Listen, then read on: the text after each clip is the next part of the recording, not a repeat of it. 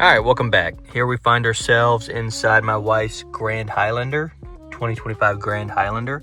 As you can see, it is Smudge City, but more importantly, Toyota and so many vehicle manufacturers make their gauge cluster plastic, which really is a screen these days, but the plastic right here, if you just look at it wrong, it's going to scratch. So if I try to wipe that dust and debris off, it will leave tiny scratches that can only be removed with a plastic polisher. And if you don't want to deal with that and you just want a good looking interior that you never have to worry about scratching, well, Screen Protech does it right. I've done it in my Tacomas. My 2024 Tacoma that you guys see all the time on the channel has got Screen Protech, and now we're going to apply it here. Now this video is a universal installation. You can use this for any Screen Protech product.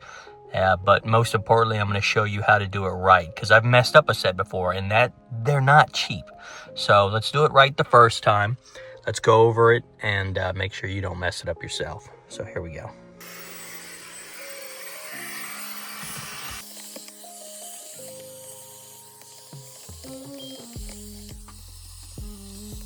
As is the way with the Tacomas, the infotainment center glass screen is significantly more durable than the crap they put in here. I mean, my goodness. But I'm going to clean that up with some alcohol or whatever you have that's not going to leave residue, and a very soft cloth, and just dab at it.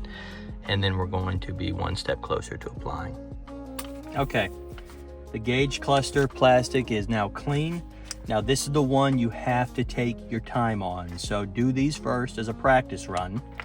But this one is more difficult because it's not perfectly flat, it's large, and you have to get the lips of this behind your bezel. So when I say soak that and soak this, what I really mean is soak that and soak this a lot. So here we go, watch. Any dry spots you leave on this are going to be an issue. Yes, it will run and fall down the cracks. That's okay. I've never had an issue on any of my vehicles. Now, we're going to soak this. All this is some soapy water solution. It won't hurt anything in your interior. It's just acetone and aircraft grade paint remover. That's a joke. All right. Go ahead and stick it through and start sliding it into place.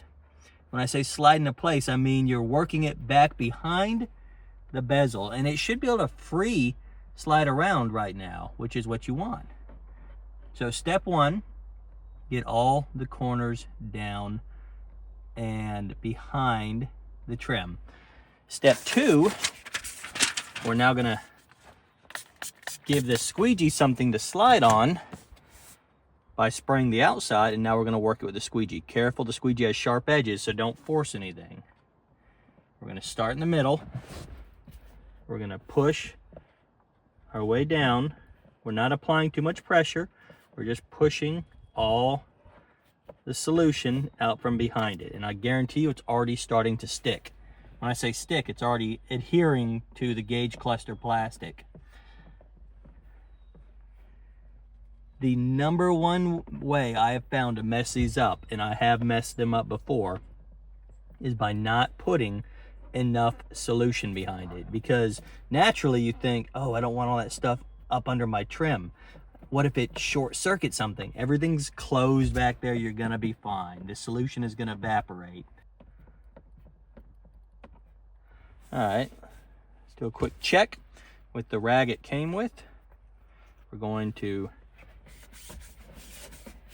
gonna wipe off the top so we can see what's behind it on the bottom. I can tell this is a very well done installation. And I attribute that solely to the fact that I've never made a mistake in my entire life on anything ever. And I used enough solution. Using an excessive amount of solution is the most important thing. So what did we learn today? Use more solution. More solution always. You can see what I mean by a little hazy, but wait till tomorrow. Notice how I am not perfectly centered down in the corner right there. I'm gonna tell you right now, either replace the whole thing or live with it, because you are not gonna be able to peel this back. You will not be able to peel this back and get it to install correctly ever again. It's a one and done thing.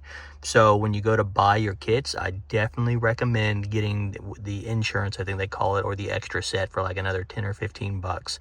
Definitely worth it, because while these are not overly difficult to install, small errors, if you're OCD about it like I can be, can happen if you're not absolutely careful and perfect with it. So just food for thought. Otherwise, thanks for watching. See you next time on Team Oil Drop.